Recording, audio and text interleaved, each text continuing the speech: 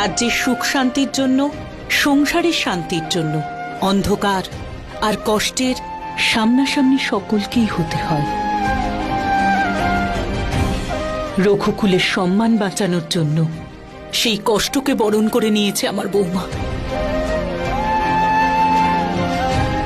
বিবাহের পরে মা তার পুত্রকে তার বৌমার হাতে তুলে দেয়, যাতে সে তপস্যা করতে পারে। আমার বৌমা তপস্যার জন্য আমার পুত্রকে আমার হাতে তুলে দিয়েছে। রঘুকুলের ওপর সীতার ঋণ কেউ কোনোদিন শোধ করতে পারবে না।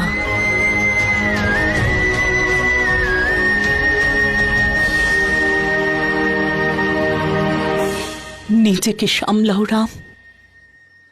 সীতা তোমার মনোবল বাড়ানোর জন্য বনবাসে গেছে,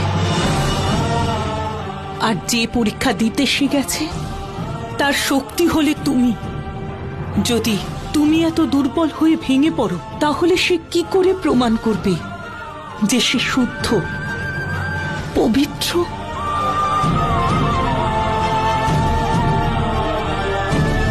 আমি নিজেকে সবল করে তুলব মাতা, আর আমার সীতা সব বাধা অতিক্রম করবে।